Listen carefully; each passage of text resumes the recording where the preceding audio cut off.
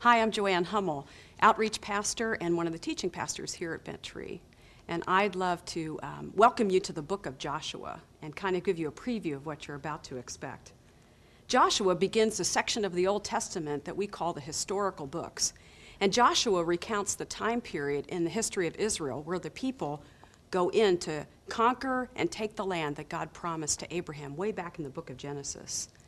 Joshua is 24 chapters that divides neatly in half. The first 12 chapters talk about the conquest of Canaan, the promised land itself, and the battles that happen in that. And chapters 13 through 24 talk about the allotment to each of the tribes of the different parts of the land that they would inherit.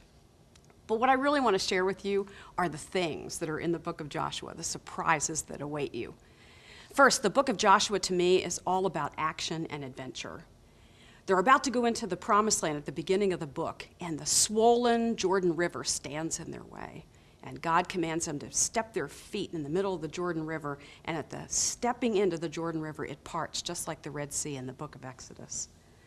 They're about to take captive the city of Jericho, and the strange battle plan that is given to them is to blow trumpets at the end really loud and have everybody circle the city in silence as the trumpets blow.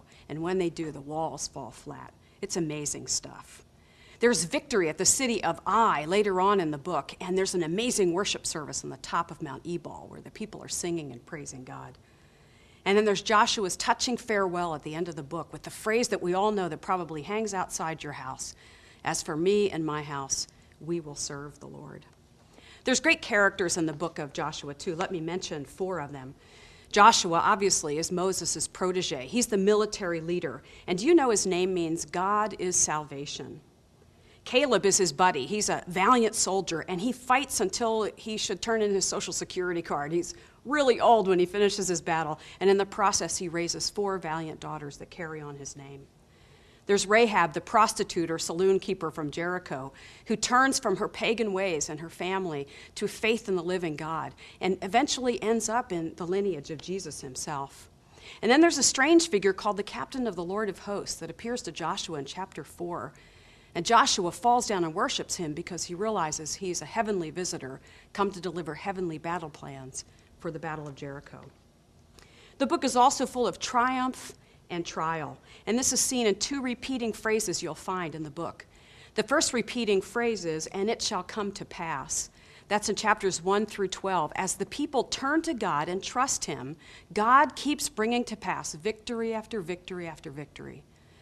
But the book is also full of trial, and that's symbolized in chapters 13 through 24 by the phrase, "And they forgot to completely subdue their enemies."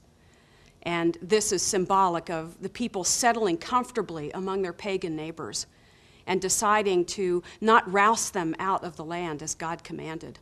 As a result, their hearts are turned away from the worship of the living God. And finally, the book of Joshua is all about symbolism. Joshua symbolizes Jesus. He led the sons of Israel to victory and glory, and Jesus, too, leads us to victory through faith and will one day usher us into his glory. The Jordan River symbolizes obstacles that come in our walk of faith and how God can sweep them away miraculously as we trust him and step out in faith. Canaan, or the Promised Land, symbolizes our walk of faith in the Christian experience, full of trials and triumphs and opportunities to learn how to trust God and not our own strength. And Rahab symbolizes the power and scope of God's grace as he draws her into a living relationship with himself and offers her a rescue from her old life and a new identity. God bless you as you encounter Joshua. Dive into the story with abandon and expectation, and let God build your faith and grow you in his grace.